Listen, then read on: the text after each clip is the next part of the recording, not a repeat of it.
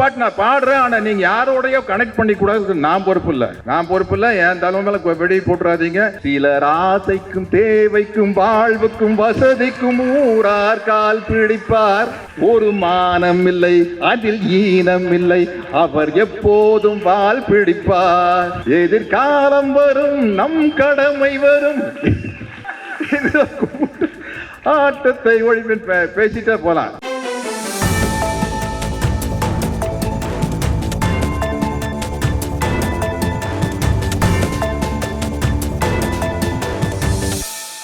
முத்தமிழறிஞர் டாக்டர் கலைஞருடைய வசனத்தோடு ஆரம்பிக்கலான்னு நினைக்கிறேன். ஓடப்பராயிருக்கும் ஏழையப்பர் உதயப்பர் ஆய்விடுவார் ஓர் நொடிக்குள். ஓடப்பர் உதயப்பர் எல்லாம் மாறி ஒப்பப்பர் ஆய்விடுவார் உணரப்பா நீ. பராசக்தியில வி.கே. ராமசாமி சார் கிட்ட ஒரு அடி அடிச்சுட்டு பேசுவார். என்ன வழக்கமா தலைவருடைய வசனத்தை பேசிட்டு இந்த கோர்ட் சீன் எல்லாம் பேசி காட்டுவாங்க. இந்த மாதிரி வசனம் எல்லாம் நம்மள மாதிரி தீவிரமான ரசிகனுக்கு தான் தெரியும். இல்லைங்க, சின்னதா அடிப்பாரு. அலிபாபா 40 திருடர்கள மக்கள் தலைவர் எம்ஜிஆர் அவர்கள் பேசுவார் வசனம். இருப்பவன் பயந்து சாவான், இல்லாதவன் துணிந்து சாவான் அப்படிம்பாரு. எவ்வளவு ஆழமான வசனம். இருக்கிறவன் பயந்து சாவான், ஐயோ நம்ம சொத்து போயிருமே, சுகம் போயிருமே, நகை போயிருமே, நட்டு போய். இல்லாதவன் துணிந்து சாவான், டே ஒண்ணுமே கையில வாடா பாத்துடலாம் அப்படின்ட்டு. அது மக்கள் தலைவத்துக்கு எழுதின வசனம். அப்படி சொல்லிக்கிட்டே போலாம். இன்னைக்கு என்ன அழைச்சிட்டு போறதுக்கு தம்பி தமிழன் பிரசன்னா வந்தார். வந்தோன்னு நானும் அவரும் காரில் பேசிக்கிட்டு வந்தேன். வரும்போது இன்னைக்கு மாண்புமிகு அறநிலையத்துறை அமைச்சர் ஆன்மீகம் என்ற பெயரில் ஆலயத்தை ஆட்டையப்போடு நடக்கிற அகங்கார கூட்டத்திடமிருந்து ஆண்டவனையே காப்பாற்றும் அரணாக திகழும் அறநிலையத்துறை அமைச்சர் சேகர் பாபு அவர்களை பத்தி பேசிட்டு வந்து. இல்ல, இன்னைக்கு ரொம்ப முக்கியமான விஷயங்க. ரொம்ப முக்கியமான பிரச்சனை இவர் கையில் தான் இருக்குது. மீதி எல்லாம் நம்ம தளபதி பார்த்துக்குவாரு. மீதி எல்லாம் நம்ம தளபதி பின்னி படல் எடுத்துருவாரு. நம்ம முதலமைச்சர் இருக்காரு, அல்ப சொல்பமான ஆள் இல்லைங்க. அப்படி கவர்னரா இருந்தாலும் கூட ஒரு சைட்ல ஒரு சின்ன சிரிப்பு சிரிச்சு அப்படி தட்டி விட்டு போயிட்டே இருப்பாரு. பெருசா பேச வேண்டியதில்லை. அதனால இப்போ அவங்க எந்த ரூட்ல வர்றாங்களோ அந்த ரூட்லயே போய் அடிக்கிறதுக்கு தகுதியான ஆள் அன்பு தம்பி சேகர் பாபு அவர்கள் தான். அவருடைய ஷெட்யூலை பத்தி சொல்லிட்டு வந்தாரு தம்பி தமிழன் பிரசன்னா அவர்கள். நான் கேட்டேன், நான் யாரா இருந்தாலும் முதல்ல இந்த உடற்பயிற்சியை பத்தி கொஞ்சம் பேசுவேன். ஏன்னா அதுல நான் ரொம்ப குறிப்பா இருப்பேன். உடம்ப ஃபிட்டா வச்சுக்கணும். அது மனசு நல்லா இருந்தா தான் உடம்பு நல்லா இருக்கும், உடம்பு நல்லா இருந்தா தான் மனசு நல்லா இருக்கும் அப்படின்னு சொல்லிட்டு தம்பி கிட்ட தமிழன் பிரசன்னா கிட்ட கேட்டேன். தம்பி கரெக்டான டைம்ல சேகர் பாபு அமைச்சர் ஓடுற ஓட்டத்தை பத்தி சொன்னாரு. என்னங்க ஒரு மனுஷன் எப்படி இப்படி வேலை செய்வான்னு தெரியலீங்க. அநியாயத்துக்கு சுறுசுறுப்பா அவர் என்ன காலையில் இதே டயர்ட்னஸே தெரியல பாருங்க, அதே சிரிப்பு தான். என்னையா இப்படி ஒரு மனுஷனா? அப்புறம் கேட்ட தமிழன் பிரசன்னா கிட்ட, தம்பி நீங்க எப்படி அப்படின்னு. அண்ணா நான் 50 கிலோமீட்டர் சைக்கிள் ஓட்டுவேன். 50 கிலோமீட்டரா? 5 கிலோமீட்டர் ரன்னிங். எப்படி ஆளுங்க பாருங்க. நம்ம தமிழக முதல்வர் அவருக்கு, தளபதி அவர்களுக்கு எப்படி இருக்காங்க பாருங்க அப்படி ஆட்கள். இந்த ஆட்சியை போய் நீ கை வைக்க முடியுமா? நீ யோசிச்சு பாரு. ஒவ்வொரு தொண்டரும் ஒரு அமைச்சரும் ஒவ்வொரு உத்தரவு இப்படி இருக்கிறாங்க, கை வைக்க முடியுமா? இன்னைக்கு பேசினார நம்ம அஜய் ரத்னம். இது வரைக்கும் நான் பேச வரையில மைக் இப்படித்தான் இருக்கும். நான் வந்தோடனே ஒரு பந்தாவா அப்படி தூக்குறது. ஏன்னா நான் கொஞ்சம் உயரமா இருக்கிறேன். நம்ம நல்ல வேளை அஜய் ரத்னத்துக்கு அப்புறம் என்ன பேச கூப்பிட்டு இருந்தா முதல் முறையா இப்படி மைக்க இப்படி செஞ்சிருப்பேன். ஆனா என்னை விட உயர்ந்த மனிதர் மட்டுமில்ல, உயர்ந்த உள்ளம் அவருக்கு இருக்குது. ஏன்னா கலைஞருடைய அன்பு தம்பிகளை பத்தி அவங்களுடைய பெருமைகளையும் சொல்லணும். ஏன் அவங்களுக்கெல்லாம் அந்த எண்ணம் இருக்குன்னா, அவங்க எல்லாம் கலைஞர் வழியில் வந்ததுனால்தான் அந்த எண்ணம் இருக்குது. அனைவரும் படிக்க வேண்டும், கல்வி அனைவருக்கும் போய் சேர வேண்டும்ங்கிற அந்த எண்ணம் இருக்கிறதுனால தான் தம்பி எல்லாம் இவ்வளவு நல்ல காரியத்தை பண்ணிட்டு இருக்காரு. எனக்கு தெரியாது, தம்பி விஜய் சொன்னதுக்கு அப்புறம் தான் விஜய் சொன்னதுக்கு அப்புறம் தான் எனக்கு தெரியும். ரொம்ப நன்றி தம்பி, உங்களுக்கு நன்றி. இந்த செய்தி எனக்கு சொன்ன விஜய் அவர்களுக்கு தான் நன்றி. நான் புலவர் ராமலிங்கம் அவர்களுக்கு மிகப்பெரிய ரசிகன். இந்த கொரோனா காலகட்டத்தில் எனக்கு தனிப்பட்ட முறையில் ஒரு துக்கமான நிகழ்ச்சி நடந்துருச்சு. அப்போ இவருடைய நகைச்சுவை பேச்சுகளை கேட்டு கேட்டு மனசை நான் சந்தோஷப்படுத்திக்கிட்டு இருந்தேன். எப்படி உடற்பயிற்சி செய்தால் இந்த என்டார்பின், செரட்டோனின், டோபமின் அப்படிங்கிற இந்த ஹாப்பி ஹார்மோன்ஸ், மகிழ்ச்சியான ஹார்மோன்கள்லாம் சுரக்குமோ, அது மாதிரி ஒரு மனிதன் வந்து புலவர் ராமலிங்கம் ஐயா அவர்களை போன்ற நகைச்சுவை பேச்சுக்களை கேட்கும்போது அந்த உணர்வு நம்மளுக்கு வரும். எல்லாரும் கலைஞரை பற்றி அஜயரத்னம் எல்லாம் பண்ணினது ரொம்ப அநியாயங்க. எழுதி வச்சுட்டு வந்துட்டாரு, அதை நான் கேட்கற கொடுக்க மாட்டேங்கிறாரு. கொடுக்க தம்பி அது காண மாட்டேன். இப்படியா ஒரு மனுஷன்? சரி, கலைஞர் அவர்களை பத்தி பேசுறதுக்கு எவ்வளவோ பேசிக்கிட்டு போலாம். அவருக்கு கொடுத்த தலைப்பு வந்து கலை புரட்சி செய்த கலைஞர், காலம் கடந்தும் நாம் படிக்கும் தலைவர் அப்படிங்கிறது. ஆமாங்க, அது உண்மைதானுங்க. ஒரு 100 வருஷத்துக்கு முன்னாடி ஒரு மிகப்பெரிய புரட்சி ஆரம்பமாச்சு.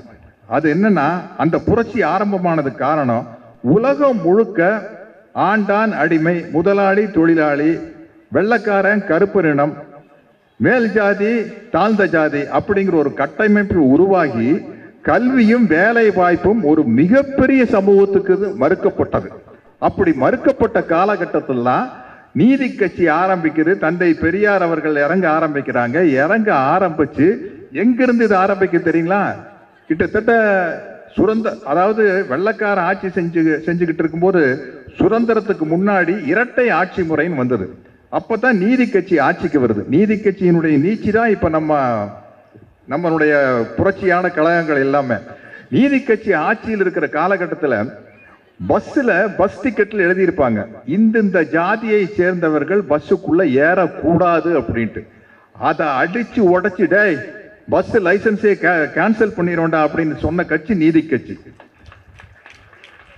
பிறகு தந்தை பெரியாருடைய புரட்சிகரமான சிந்தனைகள், சமூக நீதி சிந்தனைகள் எல்லாம் வந்து களத்தில் இறங்கி வடிவம் பெற்று அது வந்து அப்படியே கொந்தளிச்சு வந்து 1967 விளையாட்டான காரியம் இல்லைங்க. அப்பெல்லாம் எனக்கு வந்து நான் ஸ்கூல்ல படிச்சுட்டு இருக்கிறேன். திமுக ஆட்சிக்கு வந்தோன்ன மாணவர்கள் அடைஞ்ச சந்தோஷத்துக்கு அளவே இல்லை. நாங்கெல்லாம் வந்து அவ்வளவு சந்தோஷப்பட்டோம். 67 ஆட்சிக்கு வந்த உடனே சமூக சீர்திருத்த திட்டங்கள் அத்தனையும் பேரறிஞர் அண்ணா அவர்கள் வந்து கொண்டு வந்துகிட்டு இருந்தாரு. ஒரு வருஷ காலத்துல அவர் நம்ம விட்டு பிரிஞ்சிட்டாரு. அதற்கு பிறகு முத்தமிழறிஞர் டாக்டர் கலைஞர் அவர்கள் முதலமைச்சராக பொறுப்பேற்கிறார். அதாவது 1968 இறுதியில் இருக்கலாம், அல்லது இறுதியில் தான் நினைக்கிறேன். அண்ணா அவர்கள் மறைந்தது என் நினைவு சரியா இருக்கணுமா, 1968 பிப்ரவரி மாதம் 3ஆம் தேதி அப்படின்னு நினைக்கிறேன். அதற்கு பிறகு கலைஞர் பொறுப்பேற்ற பிறகு வரிஞ்சு கட்டிட்டு சட நம்ம பசங்கள்லாம், நம்ம பெண்கள் எல்லாம் எப்படி படிக்கணும், வேலை வாய்ப்புக்கு என்ன வசதி, எல்லாத்தையும் விதைக்கிறாரு. பெண்களுக்கு சொத்தில் சம உரிமை, இதை விட வேற என்னங்க வேணும்? பெண்களுக்கு சொத்தில் சம உரிமை கொண்டு வந்த முதல் ஆட்சி கலைஞருடைய திராவிட முன்னேற்ற கழக ஆட்சி தான். அதனால் உண்மையிலேயே சொல்றேன், இந்த ஒரே ஒரு திட்டத்துக்காக நான் திமுக கட்சிக்காரன் கிடையாது, நான் மெம்பர் கிடையாது. நான் வந்து தமிழ்நாட்டில் வாழும் ஒரு சராசரி மனிதனாக பேசுகிறேன். அத்தனை பெண்களும் கலைஞருடைய சின்னமான உதயசூரியனுக்கு தான் ஓட்டு போடணும். இது நான் தேர்தல் பிரச்சாரமா சொல்ல. அப்படி நலத்திட்டங்கள் கொண்டு வராரு. அதற்கு பிறகு கலைஞர் விதைத்த விதைகளை யாருமே அகற்ற முடியல. அந்த விதைகள் வளர்ந்து பெருசாயிட்டு இருக்குது. நான் மிகவும் மதிக்கும் புரட்சி தலைவர் எம்ஜிஆர் அவர்கள் ஆட்சிக்கு வந்தோன்ன 2 பேருக்கும் கொள்கை தலைவர் வந்து பெரியார் தானே, அண்ணா தானே. பெரியாரும் அண்ணாவும் தான் 2 பேருக்கும் கொள்கை தலைவர். இது அண்ணன் தம்பி தகராறு, வேற இதுக்கு மேல ஒண்ணுமே கிடையாது. கொள்கை தலைவர் 2 பேருக்கும் கொள்கை தலைவர் பெரியாரும் அண்ணாவும் தான். சோ அந்த திட்டங்கள் வந்து இன்னும் பெருசுப்படுத்துறாரு. தலைவர் வரையில பெருசுப்படுத்துறாரு, ஜெயலலிதா மேடம் வந்தாலும் பெருசுப்படுத்துறாங்க. அப்படி போயிட்டு இருக்கிற காலகட்டத்தில் ஒரு அற்புதமான மனிதரை நான் சந்திக்கிறேனுங்க. பாலைவன ரோஜாக்கள்னு 1986 கலைஞருடைய கதை வசனத்தில் நான் ஒரு படம் நடிக்கிறேன். அப்போ கோபாலபுரத்தில் தான் முதல் நாள் ஷூட்டிங் ஆரம்பிக்குது. நம்ம முரசொலி மாறன் ஐயா வீட்டில் தான் ஷூட்டிங்கு. அது வந்து அந்த கூட்டமா ஒரு இளைஞர் வர்றாரு போறாரு. யாரோ ஒருத்தர் சொல்றாங்க, அவர் கலைஞரோட மகங்க ஸ்டாலின் அப்படிங்கிறாரு. அந்த அளவுக்கு அமைதியா ஒரு தொண்டனா வந்துட்டு போயிட்டு இருக்காரு. முதல் நாள் ஷூட்டிங் முரசொலி அலுவலகத்தில் தான் நடக்குது. இப்போ முரசொலி செல்வம் அவர்களுடைய சிலையை திறந்து வைக்கிறதுக்காக நம்ம தமிழக முதல்வர் தளபதி அவர்கள் அங்கே வந்தாங்க. அப்போ அந்த நிகழ்ச்சிக்கு நானும் போயிருந்தேன். போனோன்னா அவர்கிட்ட சொன்னேன், இங்கே பாலைவன ரோஜாக்கள் முதல் நாள் ஷூட்டிங் இங்கே தானே நடத்துது அப்படின்னு. அதுக்கு நம்ம தமிழக முதல்வர் சொல்றாரு, நானும் வந்திருந்தேங்க அப்படிங்கிறாரு. அதாவது அவரை நானோ என்னுடைய நண்பனோ கவனிக்க முடியாத அளவுக்கு அவ்வளவு பணிவாக கூட்டத்தோட கூட்டமான ஷூட்டிங் வேடிக்கை பார்த்துட்டு போய்கிறாருங்க. ஒரு தந்தை ஒரு தலைவர் கலைஞர் அவர்கள் பா விஜய் அவர்கள் சொன்ன மாதிரி 6 வயசுல கேள்வி கேட்க ஆரம்பிச்சு 13 வயசுல கையெழுத்து பத்திரிகை நடத்துறாரு. எனக்கு இந்த புள்ளி விவரம் கொஞ்சம் முன்ன பின்ன இருக்கலாம். 13 வயசு பையன் கையெழுத்து பத்திரிகை நடத்தும் போது இந்த சமூகத்தை சீர்திருத்த வேண்டும், சமூகத்துக்கு புரட்சிகரமான சிந்தனைகளை தர வேண்டும், சமூக விடுதலையை பற்றி பேச வேண்டும். 13 வயசு பையன் கையெழுத்து பத்திரிகை நடத்தும் போது அந்த பையனுடைய மனசுல கண்டிப்பா ஆஃப்டர் ஆயிரம் தான் போட்டு இருந்திருப்பாரு. அந்த காலத்துல ஒரு அரைக்கால சட்டை போட்டிருக்கிற பையன் எதிர்காலத்தில் நாம முதலமைச்சர் ஆவோம் அப்படின்னு கனவு கண்டா இந்த வேலையை செஞ்சிருப்பாரு. எந்த பலனையும் எதிர்பார்க்காமல் என் மனதுக்கு சரி என்று பட்ட பேரறிஞர் அண்ணாவின் கருத்துக்களையும் பகுத்தறிவு பகலவன் தந்தை பெரியாரின் கருத்துக்களையும் பரப்ப வேண்டும் என்ற ஒரே நோக்கத்தை தவிர வேற எந்த நோக்கம் இருந்திருக்க முடியாதில்ல. அந்த 13 வயசு பையனுக்கு அதே மாதிரி அந்த 13 வயசு பையனுக்கு ஒரு பையன் பிறக்கிறாரு. அந்த பையன் அழகிரி அண்ணா அவர் பிறக்கிறாரு. ஸ்டாலின் அவர்கள் பிறக்கும் போது கலைஞர் அவர்கள் சிறையில் இருக்கிறார். நீங்க சும்மா சொல்றீங்களே என்னமோ வாரிசு அரசியல்னு. உதயநிதி ஸ்டாலின் பிறக்கும் போது ஸ்டாலின் சிறையில் இருக்கிறாரு. ஏங்க எவனையோ கையை காட்டி விட்டு போலாமல்ல. பாருங்க, அவனை பிடிச்சிட்டு போயிருங்க, அவன் தாங்க மறியல் பண்ணான்னு சொல்லிட்டு துணிச்சு போறாங்க. மிசால நம்மளுடைய தளபதி ஸ்டாலின் அவர்களை கைது செய்யும் போது கலைஞர் அவர்கள் மகிழ்ச்சியோடு தைரியமா போயிட்டு வாடா மகனை அனுப்பிச்சு வைக்கிறாரு. ஒரு நாளும் கூட தளபதி ஸ்டாலின் அவர்கள் எங்கிட்ட பேசும்போது பொதுவா நம்ம தனிப்பட்ட முறையில பேசும்போது தலைவர்னு பேசுவோம். பர்சனலா பேசல நம்மளை அறியாம அப்பா அப்படிங்கிற வார்த்தை வந்துடும். இது வரைக்கும் 1986 இருந்து தளபதி நம்முடைய முதல்வர் ஸ்டாலின் அவர்கள் நான் சந்திச்சுக்கிட்டு இருக்கிற ஒரு நாளும் கூட அப்பாங்கிற வார்த்தை வந்ததில்லை. தலைவர் தான். அவர் கோபாலபுரம் குடும்பத்தில் ஒருத்தரா இல்ல, திராவிட முன்னேற்ற கழக குடும்பத்தில் ஒருவராக இருந்திருக்கிறார். அதனால தான் கடைசி வரைக்கும் தலைவருங்கிற வார்த்தையை தவிர வேற வார்த்தை வந்தது இல்லைங்க. இந்த துணிச்சல் எங்கிருந்து வந்தது அவருக்கு? இந்த துணிச்சல் ஜெனட்டிக்கலா கலைஞருடைய மகன் அப்படிங்கிறதுக்காக வரல. கலைஞருடைய கொள்கையில் ஊறிய லட்சக்கணக்கான கோடிக்கணக்கான திராவிட முன்னேற்ற கழக தொண்டர்களில் ஒரு தொண்டனாக இருப்பதனால்தான் அந்த தைரியம் வந்தது. கனிமொழி அவர்கள் அடிச்சாங்க பாருங்க. நம்ம தம்பி சொன்னார ஸ்பெயின்ல ஸ்பெயின் ஒரு நாட்டில் எல்லாரும் எந்திரிச்சு நின்று கை தட்டுறாங்க.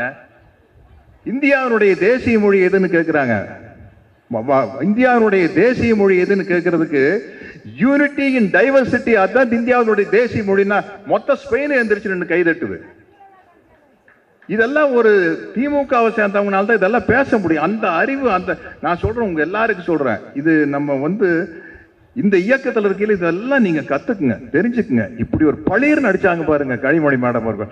அவர் என்னுடைய ஒரு அன்பு தங்கையை பாராட்டுகிறேன்னு முதல்வர் பெருமையா அதை பத்தி சொன்னாரு. இன்னைக்கு தொடர்ந்து நலத்திட்ட உதவிகள் எங்க போனாலும் எதிர்காலத்தில் மாணவர்கள் படிக்கிறதுக்காக அந்த காலை சிற்றுண்டி இயக்கத்தை விரிவாக்குவது, உணவு உறைவிடை திட்டம் சொல்லிட்டு தம்பி தமிழன் பிரசன்னா சொன்னாரு. மலைவாழ் மக்கள் அங்கேயே தங்கி உணவு இருந்து அங்கேயே படிச்சு பெரிய ஆளாகலாம். அப்படி வந்த ஒருத்தர் சகோதரி பெயர் ராஜேஸ்வரி இல்ல, ராஜேஸ்வரிங்கிற ஒருத்தர் இன்னைக்கு பெரிய அளவில் முதல்வர் கையில பாராட்டு பெற்றிருக்கிறார். இன்னைக்கு இந்தியாலேயே மிகச்சிறந்த மாநிலமா தமிழ்நாடு இருக்குது. இதை விட சிறந்த மாநிலமாக இருக்க முடியும். அது கலைஞருடைய ஒப்பற்ற அந்த கொள்கை இருக்குது பாருங்க. மாநிலத்தில் சுயாட்சி, மத்தியில் கூட்டாட்சி. எங்க மக்களுக்கு தேவையான முடிவெடுக்க வேண்டிய முழு அதிகாரம் எங்ககிட்ட இருந்ததுன்னா, நம்ம சிங்கப்பூரை பாருன்னு சொல்றோம்ல, சிங்கப்பூர் தமிழ்நாட்டை பார்க்கணும். மாநிலத்தில் சுயாட்சி, மத்தியில் கூட்டாட்சி மட்டும் மலர்ந்ததென்றால் சிங்கப்பூர் தமிழ்நாட்டை பார்க்கும். உண்மை இது. இன்னமும் இந்த மேடைக்காக நான் பேச விரும்பல. நான் ஒரு நடிகனா சொல்றேன், எனக்கு யார் ஆட்சிக்கு வந்தாலும் எனக்கு ஒண்ணுதான். நான் நடிக்கிற நடிப்புக்கு எனக்கு தொடர்ந்து படம் இருந்துட்டே இருக்குது. எனக்கு தெரியாத மொழியிலையும் கூட சைட்ல இருந்து சொன்னாங்கன்னா பெப்பேன்னு பேசிட்டு டப்பிங்கில் கரெக்ட் பண்ணிக்குவேன். நான் அப்படிப்பட்ட ஆளு. அதனால எனக்கு இதெல்லாம் ஒரு பெரிய இஷ்யூவே கிடையாது. எனக்கு நான் வசதியான குடும்பத்தில் பிறந்து வசதியாகவே வாழ்ந்துட்டு இருக்கிறேன். இந்த ஏழை எளிய மக்களுடைய வரிகள் நான் நேரடியாக அனுபவிச்சதில்லை. அவங்களுடைய மகிழ்ச்சியை நான் எங்க அவங்களுடைய துக்கத்தையும் மகிழ்ச்சியா மாற்றின இந்த ஆட்சியில அவங்க கிட்ட நான் விசாரிக்கிறதா எனக்கு தெரியுது. இல்லாட்டி எனக்கு தெரியாது. எனக்கு ஒரே வாழ்க்கை தாங்க. பிறந்ததுல இருந்து காரில் தான் போயிட்டு இருக்கிறேன். உண்மை சொல்றது திமிருக்கா சொல்ல. ஆனா நான் ஒவ்வொரு படப்பிடிப்பு நடக்கிற இடத்துக்கு தமிழ்நாட்டுக்குள்ள போகும்போது அங்க இருக்கிற என்னை பார்க்க எங்கூட போட்டோ எடுக்க எங்கூட செல்ஃபி எடுக்க வர ஒவ்வொருத்தருக்கிட்டே கேட்பேன், மெதுவாக எப்படி நம்ம கவர்மெண்ட் பரவாயில்ல அப்படின்னா, அண்ணா சூப்பரா இருக்குண்ணா. என்ன சைலண்டா தானே பார்க்க முடியும். ரொம்ப சந்தோஷம் திருப்தியா இருக்கிறாங்க. இந்த தமிழ்நாடு இன்னும் மேன்மேலும் வளர்ந்து கொண்டே போக வேண்டும் அப்படிங்கிறத தமிழ்நாட்டில் இருக்கிற ஒரு சாதாரண குடிமகனாக என்னுடைய ஆசை. இருக்கும் இந்த சின்ன அதிகாரத்தை வைத்துக் கொண்டு மேன்மேலும் வளர்ந்து கொண்டு போக வேண்டும் என்றால் தந்தை பெரியாரின் தொண்டனாக, புரட்சி தலைவர் எம்ஜிஆரின் ரசிகனாக, ரசிகன் அல்ல அவருடைய பிள்ளையாக நான் ஆசைப்படுறேன். இந்த ஆட்சி தொடர வேண்டும். அதுதான் தமிழ்நாட்டுக்கு நல்லது. எனக்கு தனிப்பட்ட முறையில் எந்த ஆதாயம் கிடையாது, எந்த ரெக்கமெண்டேஷன் தேவையில்லை. ஏதோ எங்க சொந்தக்காரங்கெல்லாம் அங்கங்க எல்லா இடத்துலயும் கோயில் அரங்காவலரா இருப்பாங்க, தர்மகர்த்தாவா இருப்பாங்க, அப்படி இப்படி இருப்பாங்க. அதனால நான் ரெக்கமெண்டேஷன் போற ஒரே இடம் தம்பி சேகர் பாபு கிட்ட தான். மற்றபடி எங்கேயும் பிரச்சனையே இல்லை எனக்கு. அதனால அதனால்தான் நான் மனமகிழ்ச்சியோட சொல்றேன். விஜய் அவர்கள் பேசும்போது இந்த முருகர் மாநாட்டை பத்தி வேற பேசிட்டீங்க. சரி, ஒரு பாட்டு பாடின நம்ம தம்பி திருமா கூட்டத்தில். அதனால பாட்டு பாடினா பிடிக்கும். எனக்கு பாட்டுனா என் பாட்டு ஞாபகம் தெரியாதுங்க. எனக்கு மக்கள் தலைவர் எம்ஜிஆர் படுத்த ஞாபகம் வரும். அதை பாடி பேச்ச முடிச்சுக்கலாம். ஓம் முருகா என்று சொல்லி உச்சரிக்கும் சாமிகளே, ருத்ராட்ச பூனைகளாய் வாழுறீங்க.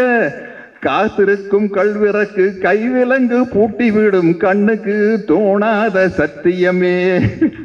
பொய்கள் எப்போதும் ஓங்குவதும் இல்லை, உண்மை எப்போதும் தூங்குவதும் இல்லை.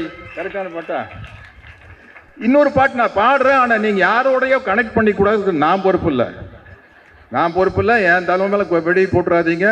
சிலர் ஆசைக்கும் தேவைக்கும் வாழ்வுக்கும் வசதிக்கும் ஊரார் கால் பிடிப்பார். ஒரு மானம் இல்லை, அதில் ஈனம் இல்லை, அவர் எப்போதும் வால் பிடிப்பார். எதிர்காலம் வரும், நம் கடமை வரும். ஆட்டத்தை ஒழிப்பின் பேசிட்டே போலாம். ஏன்னா அவ்வளவு நட்பு. திமுக தலைவர் பாஜியார் பாட்டு பாடலாங்க. என்ன விஜய் சொன்னாரு பாருங்க, நான் அளவோடு ரசிப்பவன். அடுத்தது என்ன எழுதுன்னு கலைஞர் வாலி யோசிச்சுக்கிறாரு. கலைஞர் உள்ள வந்தாரு, வாலி என்னைய யோசிக்கிறாரு. இல்ல நான் அளவோடு ரசிப்பவன் எழுதிட்டு அடுத்த வரி வரமாட்டேங்குது. எதையும் அளவின்றி கொடுப்போம்னு போடியா அப்படின்னாரு. அந்த வரியை பார்த்துட்டு ஒரு ஷூட்டிங் வெளியே மக்கள் தலைவர் எம்ஜிஆர் அவர்கள் வாலியை கட்டி பிடிச்சி முத்தம் கொடுத்துருக்கிறாரு. வாலி சொன்னாரு, இந்த முத்தத்தை கலைஞருக்கு கொடுக்க. அந்த லைன் அவரு தாங்க எழுதினாரு.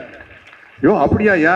அப்ப நான் பாடுற ஒரு பாட்டுல கலைஞரை பத்தி பேசணும், பாண்டமே மறக்காம எழுதின்னு சொல்லித்தான் இந்த நான் செத்து போலச்சவன்டா யமனை பார்த்து சிரிச்சவன்டா அப்படிங்கிற ஒரு பாட்டு வரும். அதுல ஓடும் ரயிலை இடைமறித்து அதன் பாதையில் தனது தலை வைத்து உயிரையும் பொருட்டாய் தான் மறித்து வளர்ந்த கூட்டமடா எதிர்த்தால் தெரியும் சேதியடா நான் செத்து போலச்சவன்டா. நன்றி, வணக்கம்.